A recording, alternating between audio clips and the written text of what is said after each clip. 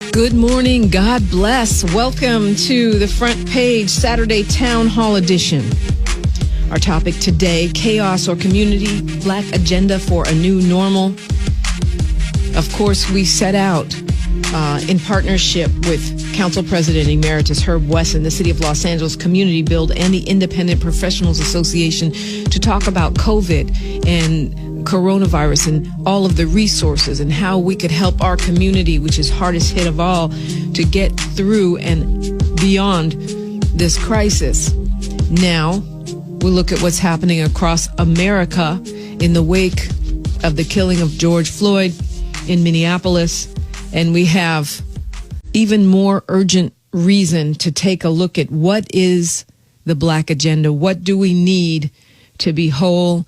What is the plan to move forward? And certainly we have an election on the horizon in the midst of all of this historically tumultuous change and, just a landscape historically that I would venture to guess none of us have seen in our lifetimes. It is truly my honor to introduce our first guest today. He's a third-generation Methodist minister.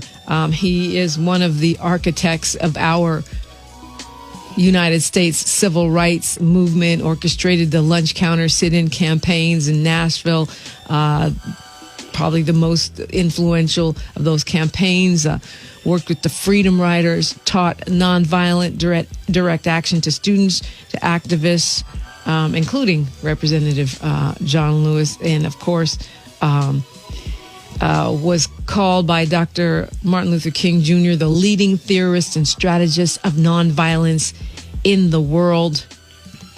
Reverend James Lawson Jr., good morning. Good morning. Thank you so much for being with us. Well, I'm pleased you invited me. Glad to be here. It is, we are at a crossroads, it seems, with our nation on so many levels, with the pandemic, with the election, and of course, with the reaction and the ongoing quest for just law enforcement, for equal justice. How do you see this moment? Well, I see much of the chaos. When Martin Luther King Jr. wrote that book published in 1967, Where Do We Go From Here, Chaos or Community, he basically insisted that our movement, especially the movement that I call the Black Freedom Movement, or the Nonviolent Movement of America, which is what Congressman John Lewis called it, I maintain that we said to the country, if you don't dismantle every vestige of racism and slavery and the development of a segregated society, then you can only have chaos.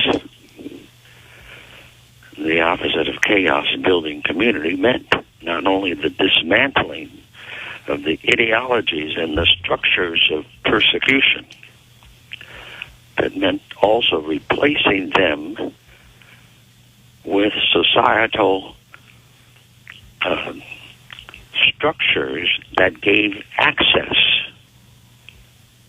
to life's opportunities for every boy and girl, and especially black boys and girls. So what we see at the present moment is the chaos, because so many facets of our society have absolutely refused to choose a democratic society. A majority of white people since 1964 have never voted for the Democratic candidate in presidential races. A majority of white voters since 1964, with Lyndon Johnson's re-election, a majority of white voters have voted for chaos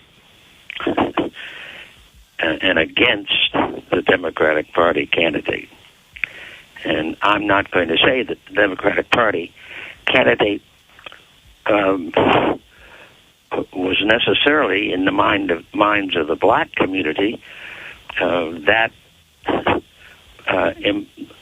powerful from our point of view. But we knew that the Republican candidate could only produce a Donald Trump. And it's just an ominous time when you've got a Donald J. Trump in the White House at a time when our streets are burning, and maybe that's part of the reason.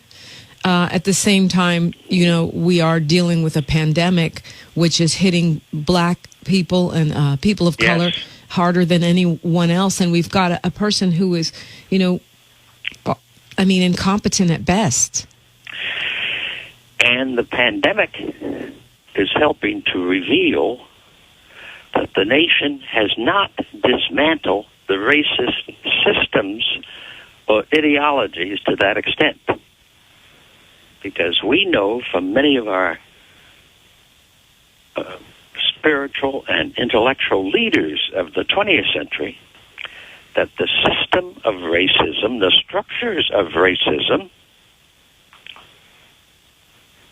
has made that, as Jesse Jackson said, when white people get a cold, we get pneumonia. Yeah. We get a disproportionate double dose or more of every ailment of the country because we have to keep breaking the chains of the racist system. And I personally have followed this, and especially in the 20th century, where one of the pieces of data that they used was the unemployment. Another one was health care. They showed in the first half of the 20th century that the tuberculosis in the society, or the consumption, was the pandemic, and that black community had a disproportionate double amount or more. In unemployment, if the unemployment level was 25% for the nation, it was 50% for the black community. And I watched that, especially from my own work. I watched that unemployment level and underemployment level in the 20th century.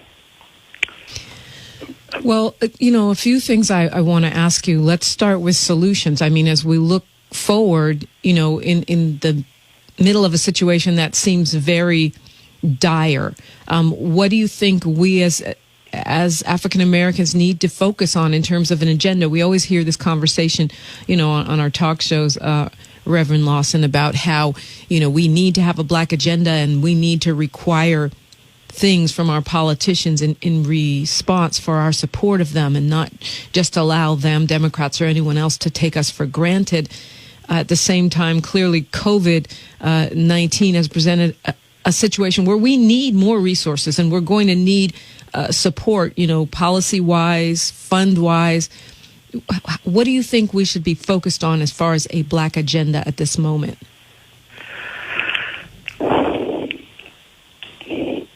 Well, I maintain that the agenda that our slave great-great-grandparents gave us was the dismantling of every form of slavery, mental, spiritual, and physical. So from my perspective, that remains the agenda for today, because we as a people have not yet transformed this nation in the way it has to be transformed. Secondly, for the most part, the electoral agenda will only be achieved through disciplined, nonviolent campaigns by the black community. For an example, we clash now with Donald Trump, number one, tyrant. And I maintain Donald Trump number 2 and number 3 are already in the wings, waiting to emerge. That's the historical condition of our nation. At the same time, however, the Rosa Parks King movement of the civil rights movement, and I prefer that kind of very specific titling, that movement produced the great changes that the nation needs, and that at this moment is part of the clash of the tension in our society. After all, that movement produced the Civil Rights Bill of 1964, produced Head Start, produced Medicare, produced the Voting Rights Bill of 65, produced the executive orders that came out of the Democratic presidents and the White House and the Congress that furthered the issues of desegregation in various ways, in transportation, for an example, in employment of black people. So that movement produced the most significant progressive legislation that the nation has ever had, which the Trump process and the Republican Party still fights, dismantles. The Civil Rights Division of the Justice Department, for example, has been completely dismantled by Trump-William Barr. So it is irrelevant now for continuing the march towards equality and justice in law. So I maintain that we, the people, have to push the agenda in many kinds of direct action campaigns which set the agenda for our elected officials, all of them. The political parties will not produce at this stage of the game, will not produce the agenda we need. We have to demand the agenda. And the most disciplined way to do that is in imitation in the 21st century of the movement of the 20th century, of which Congressman John Lewis was one of our key figures. Reverend Lawson, I mean, we heard this morning, and I've been saying it because of what I observed in Ferguson, but we've heard this morning from the governor of Minnesota, from Minneapolis Mayor Jacob Frey, and from the mayor of St. Paul that you've got people coming in from the outside causing violence and disruption. I don't know if you want to call them agitators or provocateurs or simply people that have a different philosophy, more of the anarchist kind of Antifa vibe, that are really the ones driving, the violence, the fires, even the looting. And of course, African American community will be blamed for that. But when you talk about disciplined nonviolent action, how do you do that when anyone can show up and do anything? Well, you do not allow anybody to show up. In the sit-in campaign, in the Freedom Ride campaign, in the voter rights campaigns of the 60s, in the push for Medicare and Head Start, we insisted that if you could not accept a nonviolent, tactical, and philosophical approach, you could not go on a sit-in. So the business of trying to organize with anyone can come is no good. A social movement that's going to bring serious change has to have the discipline of movement that is similar to the discipline of a great football team. It's spiritual, moral, physical, analytical and strategic discipline. Anything goes will not achieve anything. Well said. And if you read back in some of these things, you'll see that the campaigns I've mentioned, the Birmingham campaign, Albany, Georgia campaign, we insisted that those of us in the movement show a commitment and a political social discipline that did not imitate the USA society and culture. And one of the big issues today in my mind, as I watch and listen and hear, is that a social movement that's going to bring about justice must itself be on the path to becoming a just movement. You can't overcome the injustice by adopting the thinking or the behavior of the injustice. Yeah, I think we all needed that reminder. Reverend James Lawson, I'd like to go to the phones if you don't mind. We have a lot of people that would love to talk with you this morning. All right. Let's go to Wendell calling us from Los Angeles. Good morning, Wendell. You're on with Reverend James Lawson. Wendell, you ready? Okay, I guess Wendell's not ready. We're going to go to... Yeah, I'm ready, Dominique. I'm ready. Go ahead, right please. Here. We're waiting on you. Go ahead. Yeah, good morning. I just like to say, I know I sound redundant by saying this, but we need to... It's June now. We got until 5 months. Economic boycotts, holiday season, don't spend a dime after Thanksgiving. Show a capitalist society we mean business. Do not spend our money with them. And I'd like to make another comment. They keep showing that picture of the officer with it's so symbolic. It's almost to the point where they might as well just take the George Washington off the dollar bill and put that on there. Because that's Got it. They're Thank you, trying to get Wendell. into our psyche. Reverend Lawson, if you're having trouble hearing the callers, I will recap the question. So Wendell was talking about economic boycotts as a solution. He feels like we should start boycotting between now and the election, between now and the holiday season with our dollars. Yes. There are more than 200 nonviolent tactics in my library of tactical work. The boycott, the Montgomery bus boycott, 1955, is a major such weapon. In the issues of police killing the innocent,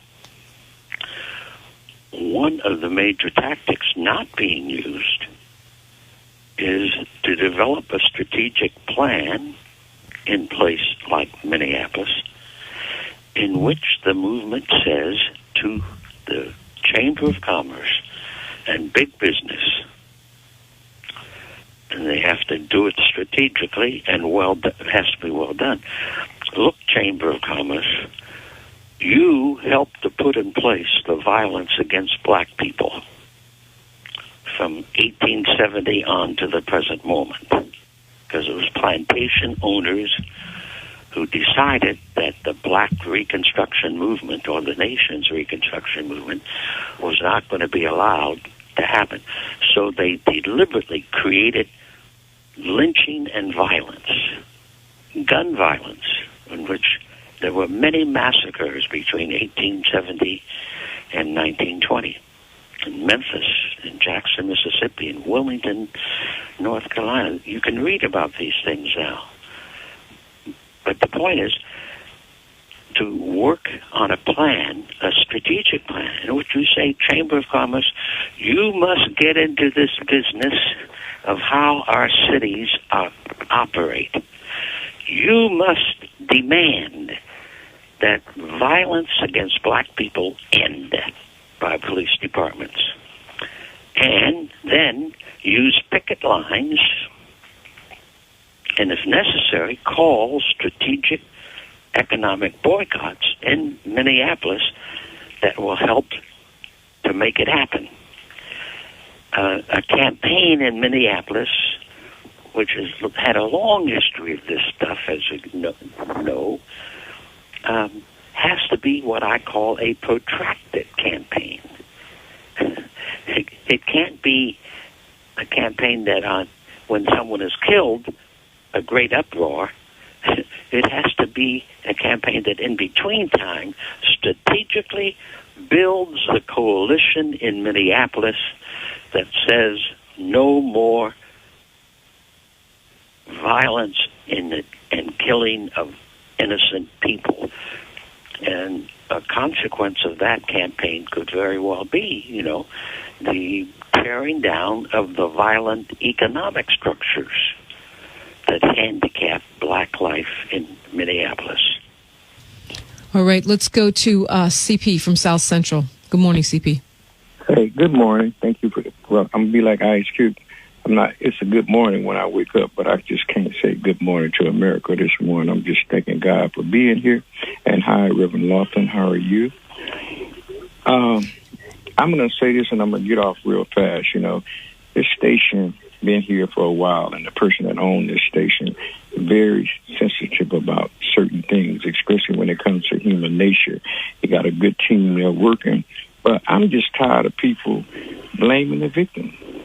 Sugar Free said, if you stay ready, you ain't got to worry about blaming the victim, meaning blaming the victims of police oppression, police brutality. Yeah, the sister that went inside, they went inside and killed her. Was nobody even, this other stuff. Breonna Taylor. Got it. Okay, CP, let's have Reverend James Lawson respond to your concern. Reverend Lawson, CP is talking about, the way, and it happens a lot in the media, where victims of police brutality or police killing end up being blamed and criminalized. Oh, yes. That is the racist system in which we live. Black people, racism is a way of criminalizing the entire black community. And so we pretend, too many USA people pretend that George Floyd instigated the violence against himself, instigated his own death, which is, again, another aspect of the ideologies of racism. Well, Reverend James Lawson, it's certainly an honor to have you with us this morning and share your wisdom. What would you leave us with as far as our way forward, our black agenda for a so-called new normal? Well, to think through the topic this morning, where do we go from here, chaos or community? And insist that the finest black traditions have always been on the side of building a community of equality, liberty, and justice for all. We've always been on the side of dismantling every ounce, every stitch of the racist systems. It's a great reminder and a great inspiration for someone who never seems to get tired. Reverend James Lawson, thank you so much for joining us this morning. You're welcome. My pleasure. When we continue, we'll be speaking with Congresswoman Maxine Waters. She'll be joining us next, and we're taking your phone calls, 520-KJLH, 520-5554. This show being brought to you by Council President Emeritus Herb Wesson, the City of Los Angeles Community Build, and the Independent Professionals Association at indiework.org. I'm Dominique DiPrima for Radio Free 102.3 KJLH.